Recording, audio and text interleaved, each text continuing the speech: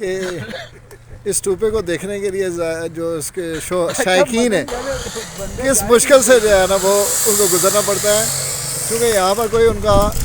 यहाँ पर इंतज़ामिया का बंदा मौजूद नहीं है।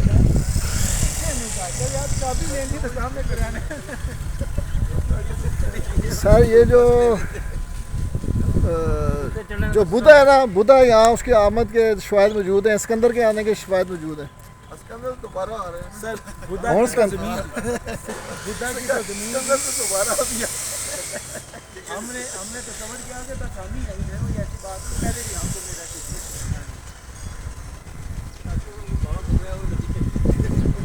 लेकिन सर इस बात को भी देखो ना, मिनिमम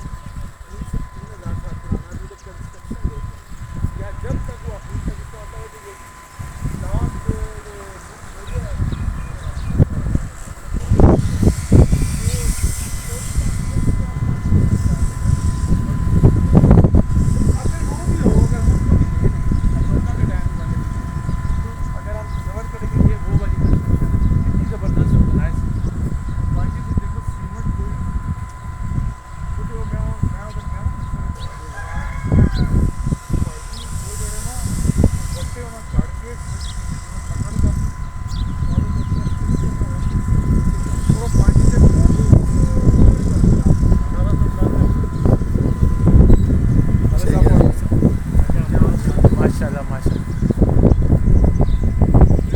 अशोका के दौर का बता रहे हैं।